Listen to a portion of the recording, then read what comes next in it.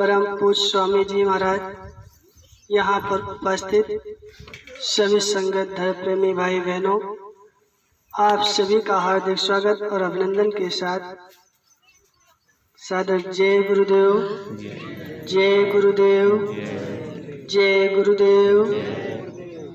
जय गुरुदेव नाम किसका? प्रभु का। जय गुरुदेव नाम किसका? प्रभु का। प्रभु का पवित्र प्यारा नाम। ये नाम नहीं इंसान का, नाम है भगवान का। ये काम नहीं इंसान का, जो अभी समझ न पाएंगे, स्वामी जी की वाणी है। धरा धसे चाहे प्रलय मचे, स्वामी जी का कहना है जय गुरुदेव।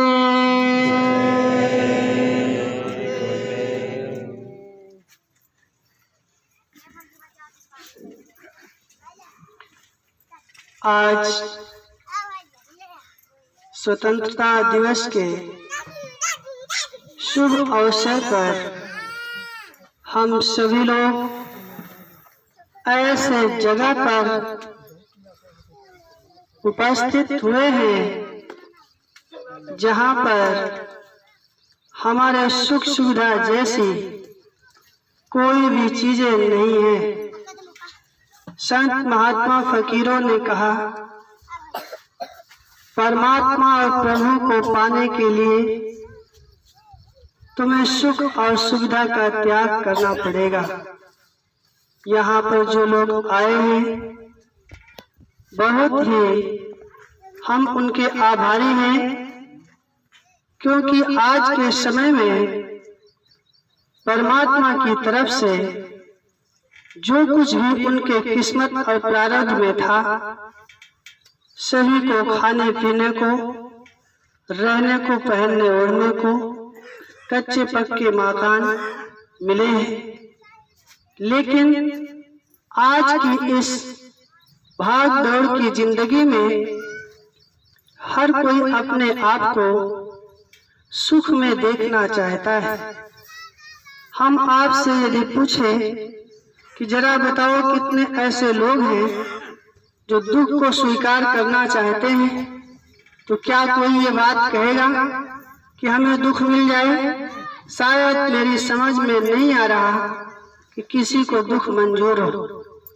परमात्मा भी ये नहीं चाहता है किसी को दुख मिल जाए।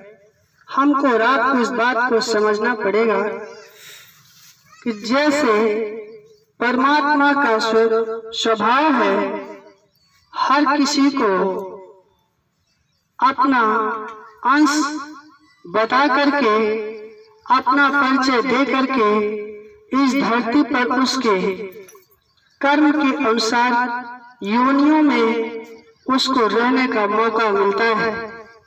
आज हम आप सबसे उत्तम योनि में यानी मनुष्य के शरीर में बैठे हैं। ये शरीर हमको और आपको जो मिला है, पता नहीं कितने पुण्यों के संस्कार हमारे इकट्ठा हुए, जिसके कारण मनुष्य का शरीर मिल गया है। ये मनुष्य शरीर ऐसे ही नहीं मिला है। हम आपने ऐसे बेशकीमती इस मकान को पाने के लिए पता नहीं कितने युगों युगों से उस परमात्मा की याद में भटक रहे थे। उस परमात्मा ने हमारे कर्मों को देखते हुए ये शरीर को दिया। कहा, जन्म जन्म जब भटका खाया, मानव तन तूने दुर्लभ ये तो पाया। पता नहीं कितने योनियों को छोड़ करके आज हमको और आपको ये शरीर मिल गया है। तो ये शरीर खाने पीने, सोने और ऐशो आराम में रहने के लिए नहीं मिला है। हम आप जब माँ के गर्भ में पैदा नहीं हुए थे इस धरती पर, तभी उससे लगभग 6 महीने पहले एक एक श्वास निश्चित कर दी गई थी कि किस श्वास पर आपको क्या भोग मिलेगा। हमको और आपको ये समझना है कि परमात्मा से बड़ा हितैषी इस धरती पर हमारा कोई नहीं है। यदि हम ये समझ बैठे हों कि जो कुछ भी कर रहे हैं हम कर रहे हैं, तो ये हमारा भ्रम है। हमको और आपको एक तरह से ये समझना है कि परमात्मा सब कुछ करता है, तो बीच में कौन ऐसा है जो हमको दुख में डाल देता है। परमात्मा ये नहीं चाहता है कि मेरी आत्माएं दुखी रहें। जैसे हमारे आपके घरों में बच्चे होते हैं, आप माँ बाप होते हैं, तो क्या जरा बताओ अपने बच्चे को दुख में देखना चाहते हो? यदि जैसे आप अपने बच्चों को दुख में देखना नहीं चाहते हो, वैसे वो परमात्मा को कैसे ये दुख बर्दाश्त होगा। लेकिन हम आप ऐसे अपने आप को समझ बैठे हैं कि परमात्मा जैसी चीज यदि है तो सिर्फ नाम में है, वो कभी किसी के सामने नहीं आती है। तो परमात्मा कोई व्यक्ति नहीं है, परमात्मा कोई वस्तु नहीं है, परमात्मा कोई स्थान नहीं है, परमात्मा का कोई एक नाम नहीं है, परमात्मा अनाम है। तब उसको अनामी महाप्रभु कहा जाता है। तो जब नाम जगाता है, जो भी पुरुष इस धरती पर आकर के उस परमात्मा के रूप में अपने स्वभाव को बिखेरता है, लोगों को शांति का पाठ पढ़ाता है, मानवता और इंसानियत को कायम करने की बात करता है, वो तो सबका हित चाहता है, लेकिन उसका हितैषी बहुत कम लोग होते हैं। हमारे स्वामी जी महाराज इसी देश को, जिसमें हम आप बैठे हैं, इस देश को आजाद कराने के लिए उन्होंने बताया कितने त्यागी और बलिदानी ऐसे महापुरुषों की कहानी है, जिन्होंने अथक परिश्रम करते हुए, कितनी यातनाओं को सहते हुए, अपने जान की बाजी को लगाते हुए अपने देश को आजाद कराने के लिए किसी को सीने में गोलियां खानी पड़ी, किसी को फांसी से लटकना पड़ा, किसी बहन को विधवा होना पड़ा, कितने बच्चों को अनाथ होना पड़ा। ऐसी कुर्बानियों को देकर के आज वो लोग इस धरती से चले गए। तो क्या जरा बताओ, उनकी शरीर चली गई, लेकिन उनकी वाणियां अभी भी गूंज रही है। पूरा देश आज उनके नाम पर जय जयकार कर रहा है। हमारे परम पूज्य स्वामी जी महाराज, जिनको लोग बाबा जय गुरुदेव के नाम से जानते हैं, उन्होंने 10 जुलाई 1952 से आत्मा को अपने निज घर जाने का संदेश देना शुरू किया। और जैसे ही लोगों के बीच में ये संदेश को बताने लगे, स्वामी जी महाराज के इतने विरोधी खड़े हो गए कि उनको एक पग चलना मुश्किल पड़ रहा था। किसी न किसी तरह से बेचारे अपने इस शरीर को ठंडी गर्मी धूप बरसात हर तरह से दुख में रखते हुए हमारे आप के लिए इतना अथक परिश्रम किया। और परिश्रम करते समय उनको ये भी कभी कहा था कि बच्चों, तुम मेरा सहयोग करो, मैं तुम्हें खुशहाली दूंगा। तो सहयोग मांगा था इस देश की जनता से, लेकिन बदले में क्या हुआ? ऐसे महाप्रभु को 21 महीने के लिए कड़ी से कड़ी सजा देकर के ऐसी कोठरी में बंद कर दिया गया था। पैर में बेड़ी लगा करके खड़े खड़े 21 महीने बिताना पड़ा था। ऐसे इतिहास को यदि हम आप भूल जाएं, तो हमसे और आपसे बड़ा देशद्रोही नहीं कहें, बल्कि अपनी आत्मा को अपनी ही हत्या करने के लिए हम आप तैयार हैं। उस मालिक ने इसी शरीर में जिसमें हम आप बैठे हैं रह करके उस खुदा परमात्मा अल्लाह गॉड का संदेश देते हुए ये बात कही थी कि धर्म एक है जो रोशनी की तरह काम करता है और वो तुम्हारे अंदर है। रामायण, भागवत गीता, कथा, वार्ता ये जो होती है इसका नाम धर्म नहीं है। धर्म तो तुम्हारे अंदर है। जब तुम अंदर चलोगे तुम्हारी समझ में आएगा क्या सत्य है क्या असत्य है।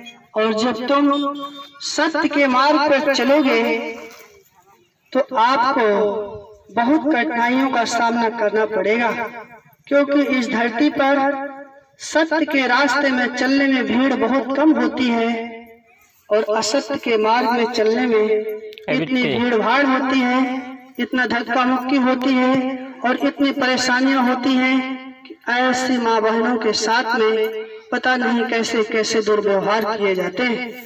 लेकिन बाबा जय गुरुदेव जी महाराज ने कहा, अरे बच्चे बच्चियों, ये वो स्थान है यहाँ पर धर्म, जात और मजहब से ऊपर उठ करके जो लोग आए हैं ये प्रेम के लिए आए हैं। इनको प्रेम का मार्ग सिखाया जाता है। क्यों?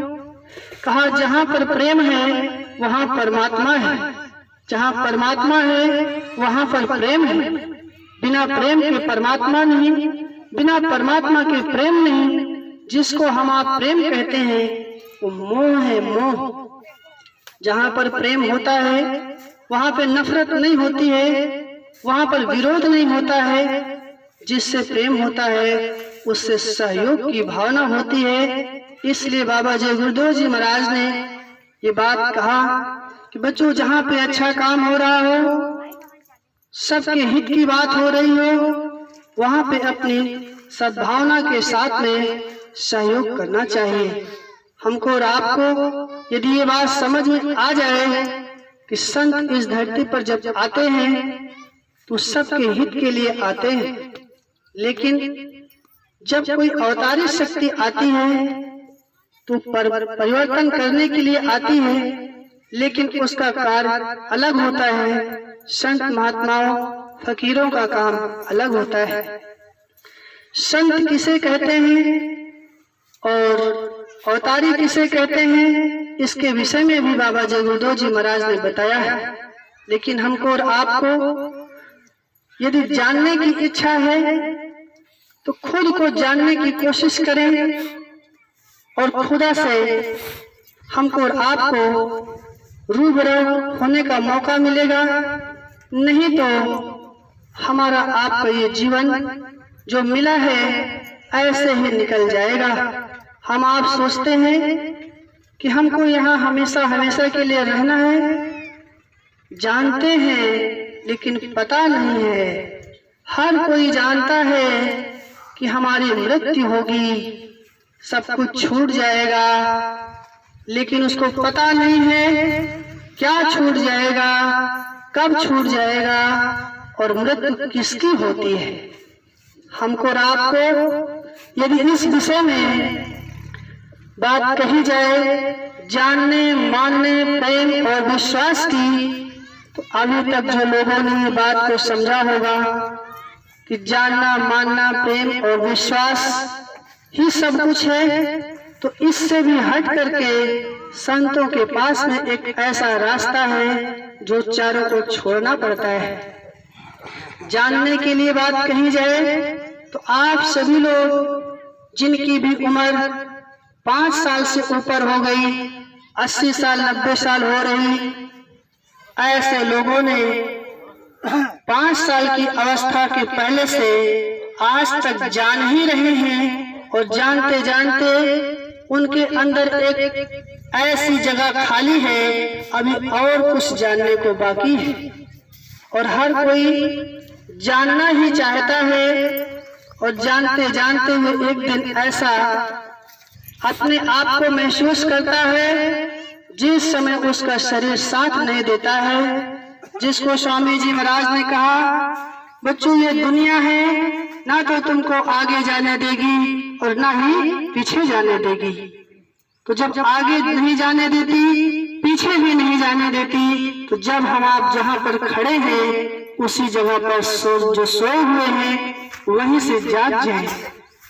नहीं तो ये दुनिया जिसको हम कहते हैं, दुनिया का मतलब क्या होता है थोड़े शब्दों में, जो हमारे अंतिम समय में साथ न दे उसी को दुनिया कहते हैं।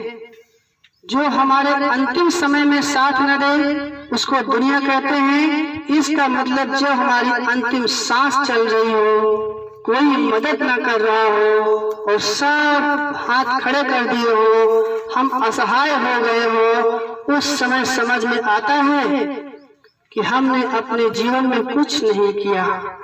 यदि कुछ किए होते तो क्या किए हैं, सभी को बुला करके हम आप देखते हैं जब किसी के प्राण निकलते होते हैं और उसको इतना भय लगता है, इतना डर लगता है, उस समय अपने इष्ट मित्रों को बुला करके हाथ जोड़ करके माफी मांगते हुए हमने लोगों को देखा है और कहते हैं भैया माफ कर देना, हमने अभी तक जो भी अच्छा बुरा किया हो, हमारा अंतिम समय चल रहा, कम से कम हमको माफ कर देना।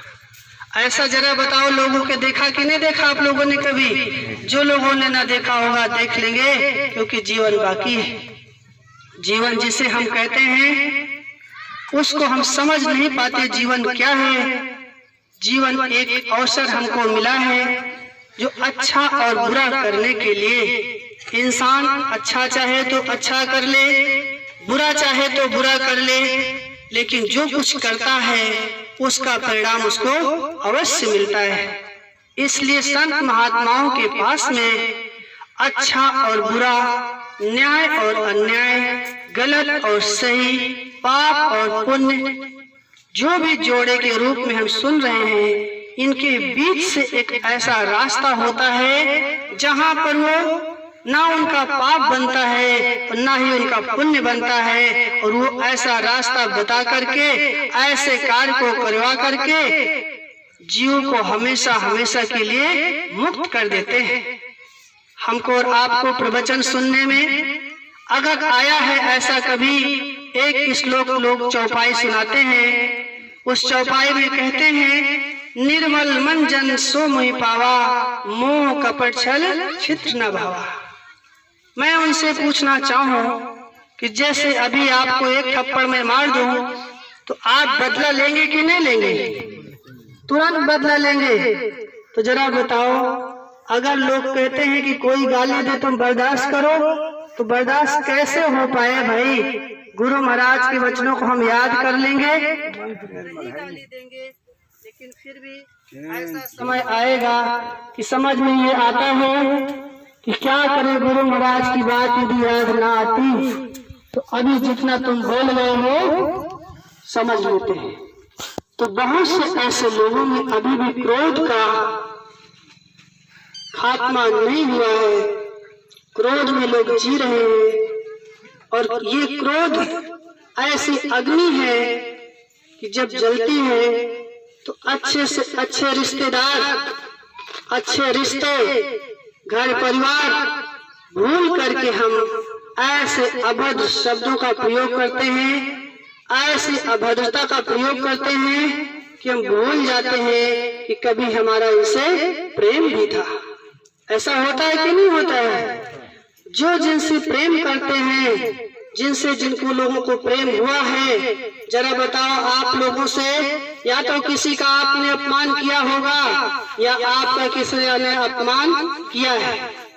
अपमान किया होगा या तो अपमान किया होगा, यानी आपने जिसका किया है प्रेम उसने ही आपसे तो प्रेम किया, लेकिन कभी आपका अपमान हुआ और कभी उसका अपमान हुआ। तो कौन है बीच में? हम तो नहीं चाहते हैं कि किसी से हमारी वैमनस्यता हो जाए, किसी से दुश्मनी हो जाए, लेकिन ये कौन है ऐसा जो करवा देता है? तो बहुत से लोग कहते हैं ये मन करवा देता है, ये मन करवा देता है। अरे ये मन को आप सभी लोगों ने इतना दोषी ठहरा दिया है कि आज जब आप कहते हो कि चलो सत्य के मार्ग पर चलते हैं, तो ये मन आपको विचलित कर देता है। क्यों? आपने कभी इसको प्रेम नहीं दिया है, क्यों? क्योंकि आपको प्रेम नहीं हुआ है, और प्रेम किया नहीं जाता है, प्रेम हो जाता है। हमारे बाबा जी गुरुदेव जी महाराज लोगों को इतना प्रेम बांटे, और प्रेम के कारण आज इस जगह पर हम आप धूप में गर्मी में बैठे हैं। किसके नाम पर? उसी परमात्मा के नाम पर। बाबा जी गुरुदेव जी महाराज ने क्या कहा कि जय गुरुदेव नाम किसका? प्रभु का। उन्होंने प्रभु का नाम बताया, ये नहीं कहा कि मेरा नाम जय गुरुदेव। अब जरा सोचने का विषय ये है कि हम आप इस मनुष्य शरीर में बैठे हैं। मैं आपको ज्यादा बातें न करके, क्योंकि आप सभी लोगों ने कहीं न कहीं खूब प्रवचन सुना होगा, खूब सत्संग सुना होगा, और खूब किस्सा कहानी सुना होगा, लेकिन आप जरा सोचो अपने विषय में, अपनी सोच, खुद की खोज, ये अभ्यास तो कर हर रोज। यदि हमको और आपको ये अभ्यास करने का उपाय और तरीका इस मनुष्य शरीर में दिया है, तो संत और महात्माओं ने ही दिया है। कहते हैं समझ समझ कर समझ को समझो। समझ समझना भी एक समझ है। समझ समझ कर जो ना समझे, मेरी तरफ से वो ना समझे।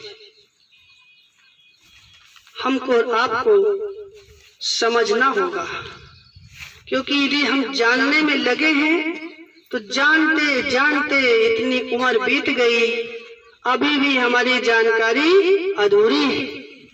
अभी भी हम अपने आप को जान नहीं पाए।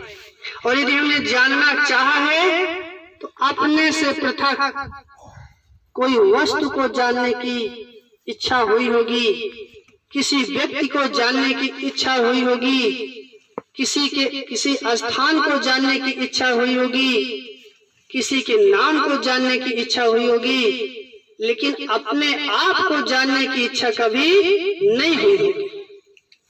अगर आप अपने आप को नहीं जान सके तो आप जो कुछ भी जानकारी इकट्ठा कर रहे हो, चाहे रामायण गीता और भागवत की हो, बाइबल पुराण कुरान किसी भी चीज की हो, ये जानकारी यहीं तक रह जाएगी जहां तक आपके शरीर में सांस चल रही है।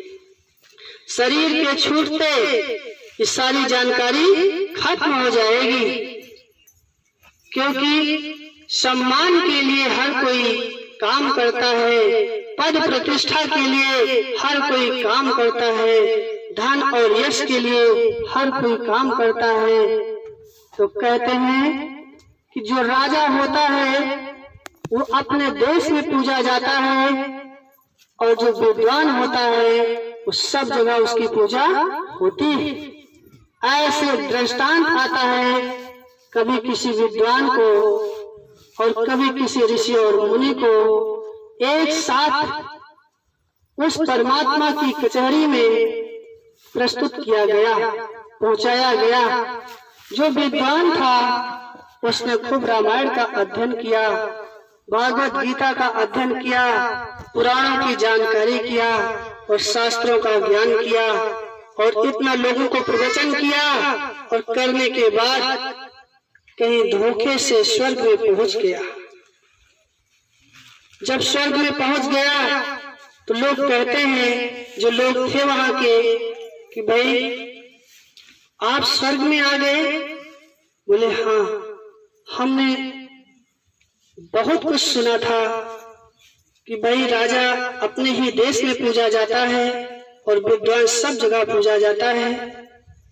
तो उस विद्वान के स्वर्ग में प्रवेश होते ही खूब शहनाई बज रही थी, और बहुत आवाभगत में, उसकी खातिरदारी में और उसके स्वागत में पता नहीं कितने प्रकार के फूल, कितने प्रकार के बाजे और कितनी अप्सराएं और कैसे कैसे लोग उसके स्वागत में थे। वो इतना प्रफुल्लित था, इतना प्रसन्न था, बोला कि मेरा ये सुनना और समझना बहुत सही था।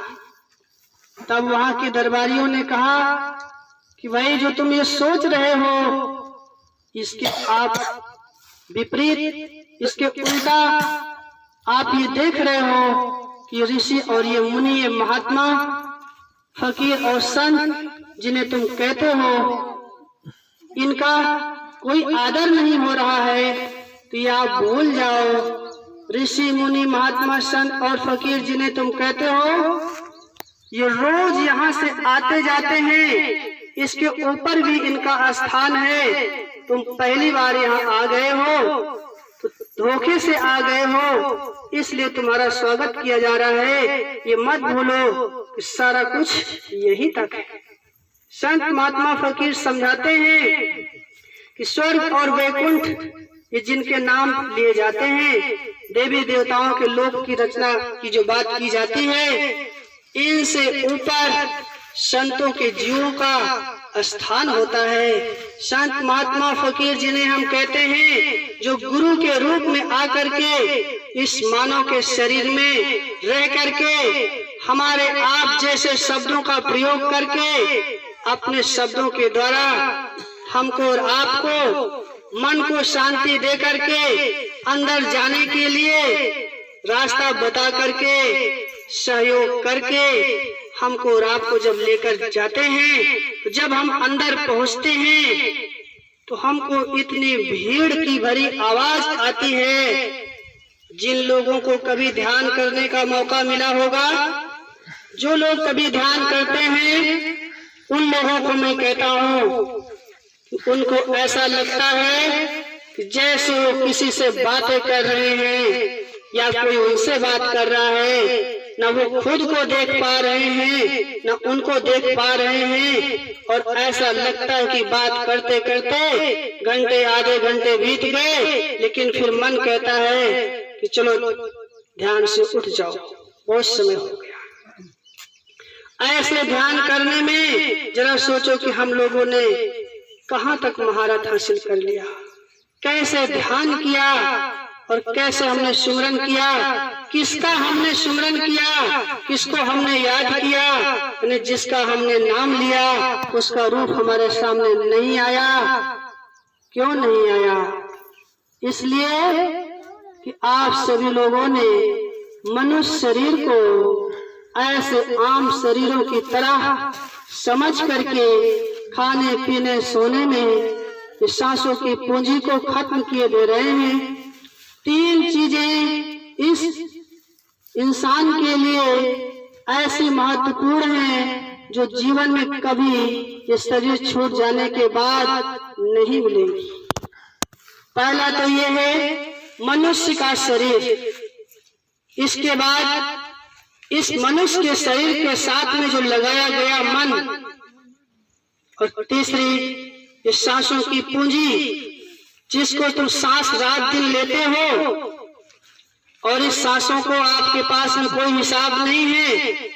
आज के पहले कितनी हजार और कितनी लाख सांसों को आपने लिया, आज के बाद कितना लेना बाकी है, जरा बताओ किसी के पास हिसाब है? यदि हिसाब नहीं है तो स्वामी जी महाराज बाबा जय गुरुदेव जी ने बड़े मंच से एक बार नहीं, हजारों बार, लाखों बार, करोड़ों प्रेमियों के साथ इस बात को कहते रहे, जो अब भी समझ न पाएंगे वो बार बार पछताएंगे। क्या पछताने की बात कही थी उन्होंने कि जब ये सांसें तुम्हारी खत्म हो जाएंगी उस वक्त आप क्या करोगे? ये शरीर से निकाल दिए जाओगे। इसी शरीर को या तो जला दिया जाएगा या तो पानी में बहा दिया जाएगा, मिट्टी में खोद करके दफना दिया जाएगा। जरा बताओ इसके अतिरिक्त और क्या किया जा सकता है? तब तुम क्या करोगे?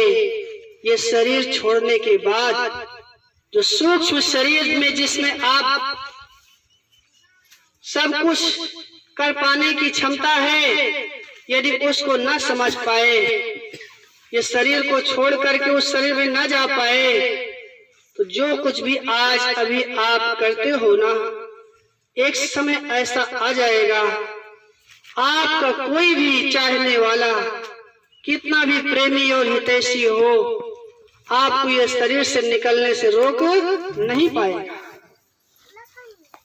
सांसों के रहते आप कुछ कर सकते हो तो कुछ कर लो। ये सांस की पूंजी जो तुमको मिली है, ये गिन करके मिली है, गिन करके।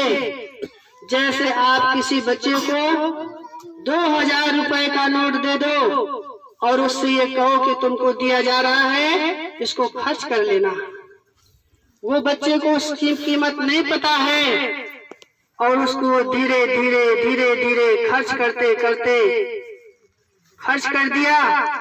और जब थोड़ा बचा और किसी ने उसकी कीमत को बताया कि अरे पगले, ये 2000 का नोट था तेरे पास में, तूने खेल खिलौनों में इसको खर्च कर दिया। अरे अभी कमा ले, कोई व्यापार कर ले, कुछ पैसा बचा है और कमा करके कुछ इकट्ठा कर ले तो तेरे काम में आएगा। नहीं, जब तू बड़ा होगा तेरे माँ बाप तेरा साथ छोड़ देंगे, शादी ब्याह के बाद अलग कर देंगे, तेरे ऊपर जब जिम्मेदारी आएगी तब तू कहाँ से लाएगा। तो उसको होश आता है, 1000 खर्च कर दिया था और 1000 बचा था, उसी से व्यापार करना शुरू किया। और जब व्यापार करना शुरू किया तो उसका धन बढ़ने लगा और बढ़ते बढ़ते 1000 से 2000 और ऊपर भी हो गया। ऐसे ही कोई प्रेमी और भी था, जिस वक्त 2000 का नोट उसको भी दिया गया था, उसी समय उसने व्यापार करना शुरू कर दिया और आज वो करोड़ों में खेल रहा है और अभी तो वो हजारों की ही संख्या में सीमित रह गया है। तब वो पछताता है कि भाई तुमने तो बहुत इकट्ठा कर लिया, तुम्हारे गाड़ी घोड़ा बंगला सब कुछ हो गया और मेरे पास नहीं हुआ है। तो जरा सोचो कि जो तुमको भी 2000 का नोट मिला था, उसी में से 1000 तो तुमने ऐसे मुफ्त में ही फेंक दिया था। तो स्वामी जी महाराज ने कहा, इस सांसों की जो पूंजी तुमको मिली है 96 करोड़ गिन करके मिली है।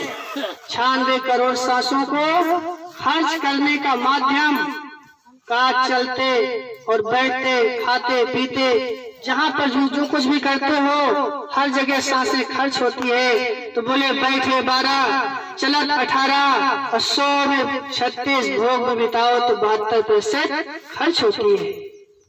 तो सांसों को आप लोग समझते हो कि ऐसे ही है। सांसों की पूंजी को यदि आप लोगों ने ऐसे ही जाने दिया तो आप समझ लो कि एक दिन में 21,672 सांसें लगभग खर्च होती हैं। और आप सोचो कितनी उम्र बीत गई, कितना खर्च हो गई होगी, कितना बाकी है, इसमें आप क्या कर पाओगे। हो सकता है आज रात में 10 मिनट बाद ही कुछ हो जाए, तब हमको और आपको वो परमात्मा भी नजर नहीं आएगा कि जिसके नाम पर हम कभी धूप अगरबत्ती करते थे, जिसके नाम पर माला फेरते थे, अरे वो भी सामने नहीं आ रहा। क्यों? क्योंकि हमारे अंदर तो कुछ संसार की ही चाहत भरी थी। ऐसी शक्ति जिसको हम आप जय गुरुदेव नाम से जानते हैं, उसने ही बताया कि गुरु एक शक्ति का नाम है और वो शक्ति हर जगह हर समय मौजूद होती है, सबके अंदर है। ये जय गुरुदेव नाम प्रभु का इस वक्त का जगाया हुआ नाम है। जो इंसान अपने आप को जगा लेगा वो इससे काम कर लेगा। आप सभी लोग जय गुरुदेव नाम पर विश्वास करने की बात आती है, मानने की बात आती है, जानने की बात आती है। तो मैं आप सभी से कहूं कि जानने मानने प्रेम विश्वास में यदि आप हैं तो आप जरा सोचो कितना आप उसको जानते मानते और विश्वास करते हैं।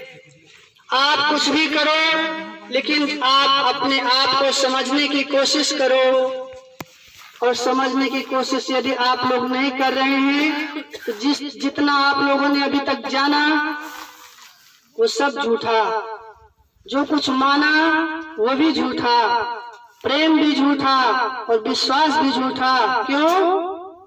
यदि सच होता तो जिसको हम आप कहीं न कहीं इनके उनके पास जा करके सोचते हैं कि हमारा भला हो जाएगा, तो वो आपके ही अंदर है और आपके अंदर होने के कारण प्रकट है।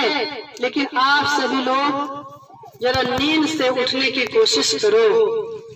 आप जब नींद से उठोगे, आपके मकान में कोई चोर चोरी करने आएगा तो आप देख पाओगे, अन्यथा सोते रह जाओगे तो चोरी हो जाएगी लेकिन आपको पता नहीं चल पाएगा। ऐसे ही आप जो दुनिया का काम करते हो, इस काम को करते करते एक समय ऐसा भी आएगा आपकी सांसें चुरा ली जाएंगी और आप इस शरीर से निकाल दिए जाओगे।